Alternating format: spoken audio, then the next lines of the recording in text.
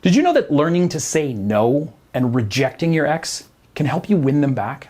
I'm actually being dead serious. This is something that a lot of my coaching clients really struggle with. But the ability to say no to your ex is really important, and it's something that you need to learn how and when to do, at least if you want a second chance with your ex. So in this video, let's talk about 7 scenarios where you should reject your ex. We'll start with number 1.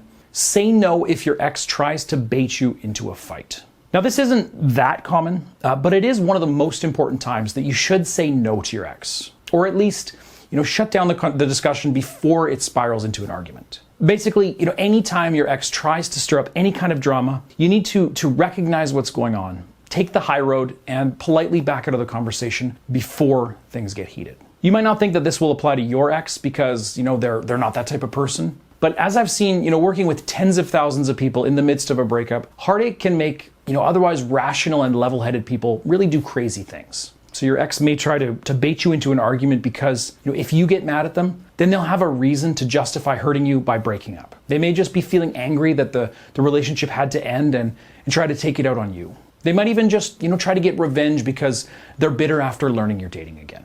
But regardless of the exact specifics, you need to avoid taking the bait and never let yourself engage. If your ex does say something hurtful or asks you, why you did or said something that upset them, don't respond.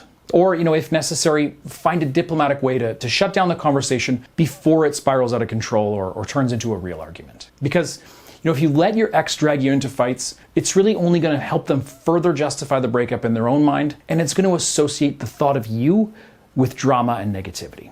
Number 2, say no if your ex wants to be friends. All right, if you've watched any of my past videos, then you might already be familiar with this one. And yet, so many of my clients still seem to fall victim to this trap. It feels like being friends with your ex would be better than losing them altogether, right? At least then you could keep them close, maybe work your way back into their arms eventually. Only that's almost never how it actually works out.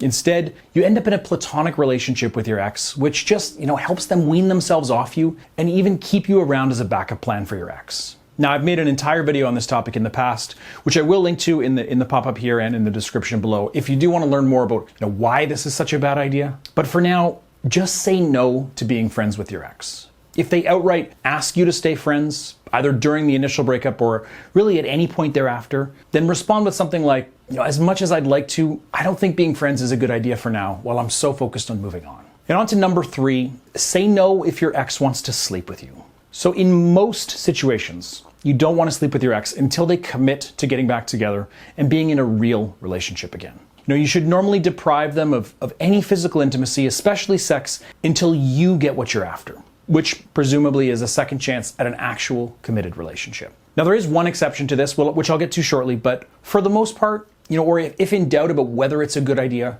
err on the side of caution and don't sleep with your ex until you're officially back together.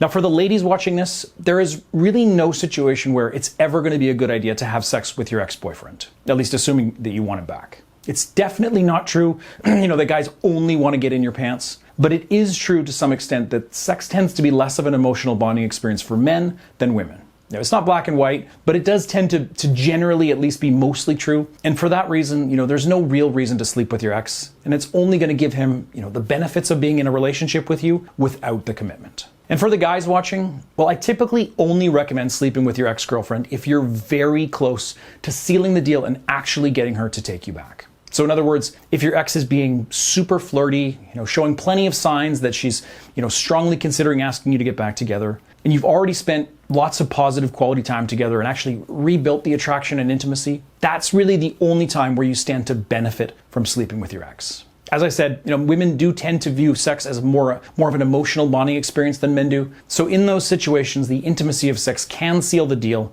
and make her decide that getting back together is the right choice. So if your ex-girlfriend is just, drunk texting you at 2 a.m., well, it's a booty call and you should say no. At least, if you care about maximizing your chances of winning her back more than you care about sleeping with her. And speaking of your chances, if you are wondering what are the odds that you'll actually be able to win back your ex before it's too late, well, the easiest way to find out is just to take my free quiz at breakupbrad.com/quiz. Just answer a few questions and the quiz will calculate your odds of success based on research and known factors to give you a score out of 100. It's completely free and it only takes 3 or 4 minutes, so try it out for yourself at breakupbrad.com/quiz. And now number 4, say no if your ex wants the best of both worlds. So this actually ties in nicely with the last point, and it's also a mistake that I see a lot of my clients make without even realizing it. So what do I mean by letting your ex have the best of both worlds? Well, your ex is almost certainly feeling at least some doubts about the breakup. They're confident enough in their decision to commit to a breakup for now, but it's rare that someone is truly certain that breaking up was for sure the right choice. Most people want to keep their ex around as a sort of backup plan in case they change their mind or can't handle the heartache or loneliness. And they want to keep you close so that you continue to be there to support them emotionally and to numb the pain of missing you. Essentially, by continuing to see you and talk to you after the breakup, in some cases by acting as though the breakup didn't really happen at all, they're trying to retain all the benefits of being in a relationship with you while also avoiding the responsibilities and commitment that come with it. It's just like letting your ex sleep with you.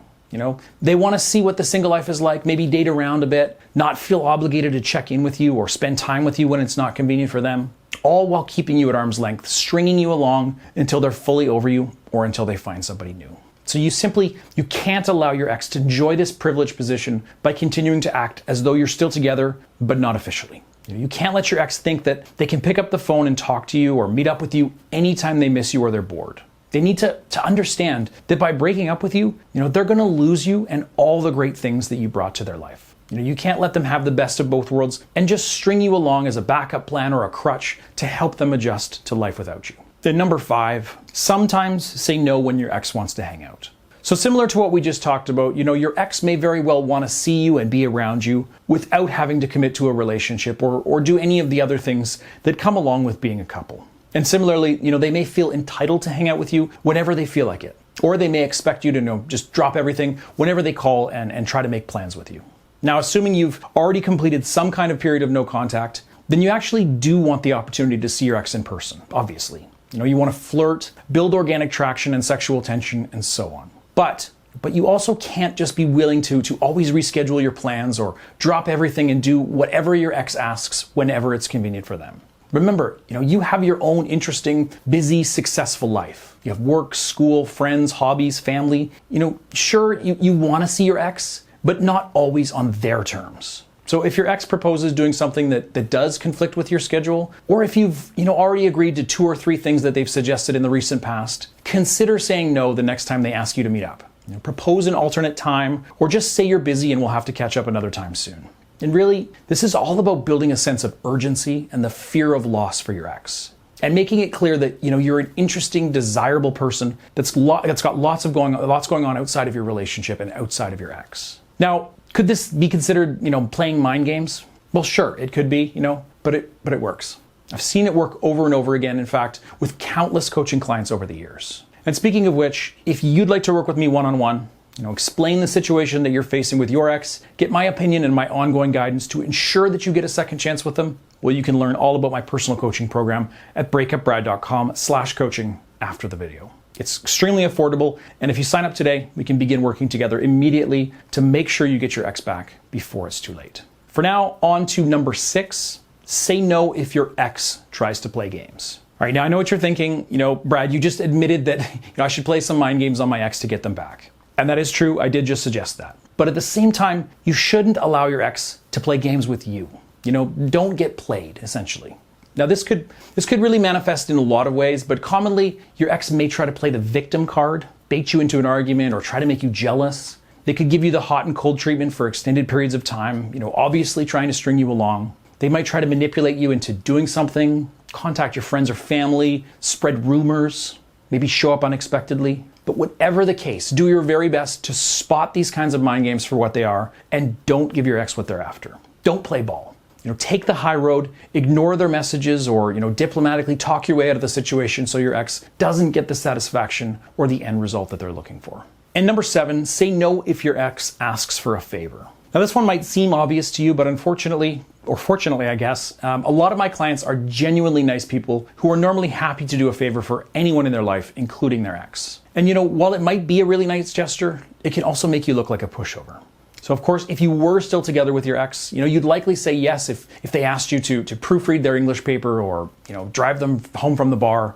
But now that your ex has decided to give up on the relationship, you're no longer obligated or expected to do these kinds of things for your ex. They can ask a friend, a family member, hire a tutor, call a taxi. You're not going to bend over backwards just to help your ex out because you're busy living a new and interesting life without them, and you don't have time or the desire to be running errands for them. If they want that kind of thing from you, they can ask you to get back together.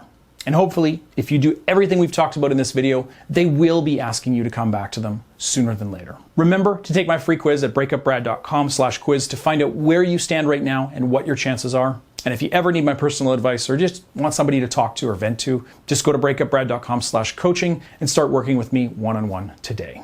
Thanks so much for watching, for liking, subscribing, and leaving your comments and questions and feedback in the comment section below. And I will see you next time.